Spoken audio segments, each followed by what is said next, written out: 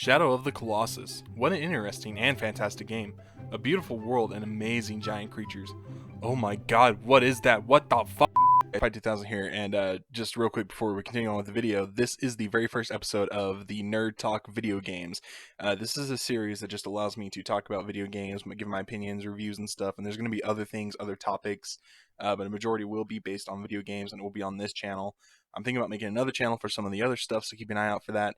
But I'm super excited to share this with you guys, to keep working on this stuff, and I hope that you guys enjoy it. I know it's a little rough around the edges. It's going to take some time for me to master everything because, I'm still learning a lot. But I just wanted to say this real quick right before the video started. Anyways, back to the video. I'd always heard about Shadow of the Colossus and seen some stuff on it, but I never had a chance to play it until now. Thanks to PlayStation Plus, it was free and I was able to pick it up. And honestly, if you're looking for a good title, I would definitely recommend picking this title up. It is still free while this video is being recorded and when it goes up because it's still within the month of March. So if you have a PS Plus account, go grab it. But if you don't, you're kind of out of luck. Now this isn't really a guide or anything like that, but if you know like Super Butterbuns, I'm borrowing some things from her to do it. I do have info and tips, and also it's kind of going to be that format. It's kind of a way to help me find my own format for these videos. Anyway, that being said, on your journey of Shadow of the Colossus, you'll meet such things as horses, swords, infinite arrows that you pull out of your butt, the flobby legs, giants, like Giant Night Boy, Giant Mammoth Boy, I really don't like you, and I really don't like you, Flying Boy, and many more. Darkness that can't decide if it wants to kill you or not, Shadow Man who surround you like a gosh dang porn, and a main character who sounds like a dumb sim. Seriously, he sounds like a dumbass sim. I don't know why. He just does to me. Now we come to the story, which in retrospect, it's a pretty simple story, and if you don't know the story, even though this game has been out forever on the PlayStation 2, and it's one of the biggest titles ever, so get cultured, you scrub, you're supposed to save this chick, because she up and died or something, and the only way to do that is to slay all the Colossi some creepy multi-voice tells you about.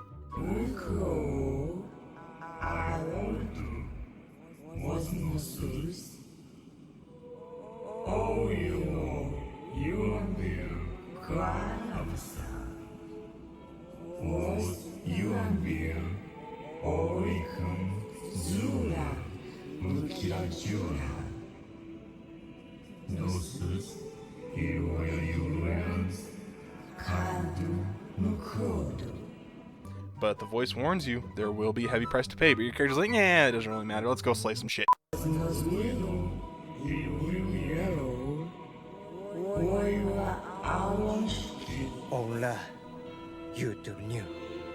So, you run around the world, which is a very beautiful world, on your even dumber horse. Seriously, this horse just, yeah. And we'll get to him later, don't worry, we'll talk about the horse later. But this world is a very beautiful world, it's a very vibrant world. Even though it doesn't have a whole lot in some areas, still looking at it all together just makes for a really fantastic, beautiful world. But basically, you go around the world using your Sword of the Lord and hunt down the Colossi to take out. And each Colossi that you take out, you'll be killed by this weird darkness that kills you, but doesn't really kill you, I guess. I don't know, it's kind of a weird thing in retrospect. In the end, it's a pretty rinse and repeat process. Now, it's a good story, but personally for me, it just feels like it's missing something. And this is just a personal preference. I know the company that made this isn't all about the story necessarily itself, it's more of the world and the mystery of the world and stuff like that, which works and it's good. But for me, it just feels like something's missing. Going on, we have gameplay. Now, the majority of the game, you will be exploring the world on your horse, going all around the map with your shiny sword, finding the Colossi. I just want to say real quick off topic that I just love the kick animation as you're trying to ride your horse. I mean, look at those legs, they're so flobby and just, it's great. But besides that, you'll be riding your horse a lot. And the horse, well, he's very clunky and sometimes can be a pain to get moving along. You press triangle to make him start to run, and when you get going, do not let go of that triangle button or press it again, otherwise he will slow down and stop and it can really flow off the flow of the movement. Now, once you get the hang of your horse and start riding, you can use your sword, which uses a light to show you where the Colossi are. There is a map, but it doesn't really help all that much, personally, at least for me it didn't. It is a nice looking map though. But basically you hold R1, which will show a light, and if the light is wider, that means you're going in the wrong direction. The narrower it gets, you're heading in the right direction. But the light can be misleading once you get to a location, because when you get to a location where the Colossi is, it will go from a blue to a golden light. Now this golden light can be misleading because you'll be in the right area, but it may still be around the corner or like even still a little bit of a ways off. and you won't know for sure until you explore. So I highly recommend, before you fully get going, before you go after your first Colossi even, to explore the map, something I didn't do, which I should have done. So explore the map to get to know it before you just go off hunting all the Colossi. Now, the true bread and butter of the game. Whenever you get to a Colossi, you have to find a way to climb them and get to their weak spots so you can take them out and stab them with your cool sword. You climb them, get to their weak spots, and stab them. And each Colossi will have about 2 weak spots, one somewhere on their body and one usually on their head. This doesn't apply to all, but most. Every Colossi is different in the fact that you have to think outside of the box. It starts off simple, but as it goes on, it gets a little more and more complicated for each Colossi, how you have to take them on and get on top of them to find their weak spots. Whether it be shooting arrows at them to bring them out of the sky, or finding ways to climb them, or finding ways for them to throw themselves at you so that you can climb them. It all changes, and it's a very fun system. Now, the combat is fun, but, and this is a personal preference, like the story, for me it falls short. I'm more for the fast-paced action like a Devil May Cry game, or games like Far Cry, GTA, COD, Spider-Man, whatever, something like that, where I can explore the world at a fast pace and go in combat with many enemies in a fast pace. That's just my personal preference, but I mean, everyone has their preference, so if this is for you, definitely, get to it, you stud. But I do really enjoy the creativity of this system, because you have to be creative on how you approach them. If you do wait around long enough, the voice will tell you what to do, but sometimes it can still be a little misleading, so just be sure to think outside the box, and you'll find the way to take the Colossi down. Now, once you get on top of a Colossi, watch your grip meter. This thing is very important. You do not want to fall off the Colossi, because then you have to start it all over to get back on top and get back to where you were. The grip meter will drain pretty quickly, but if you can find places to rest on the Colossi, you'll be okay, and you can get to the areas to stab the Colossi. Overall, in the end, this is a great game, and everyone has their own preferences, so I can see why a lot of people love this game, but I can see why a lot of others wouldn't.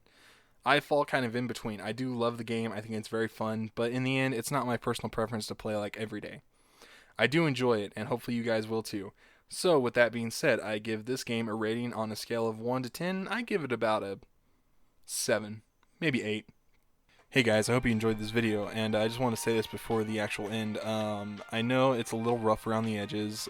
Writing a script and stuff is new to me, and so I don't know exactly what I'm doing all the time. It's going to take some time to get used to it. I didn't think to look over the script as much as I should have before I actually started this, but I wanted to get this up as soon as possible, so it took me quite a bit to record it still. But this is a new series, and I'm just trying to find my own rhythm and my own flow for things, and I hope you guys have enjoyed it. And there's definitely more to come, and I'm going to start working on them a lot better, trying to work on editing better and everything, all that, and I just want to bring something new to the table, kind of in my own style, even though if it's around the same topic that some others do, because it's just hard to find like super original content. But hopefully you guys enjoyed this one. I know it was pretty short, but there will be more episodes to come. Hopefully I'll get them longer. I want to try and get to 10 to 20 minutes usually if I can. It just kind of depends on how much I write for the script and stuff and everything.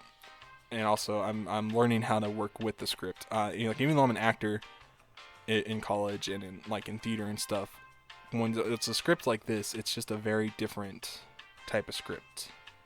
It's not like necessarily character, it's still me, but sometimes when reading it, it can feel like I'm trying to be a character, which in some ways I am, but also I'm trying just to be me and show you guys the real me. So, and it's going to take some time.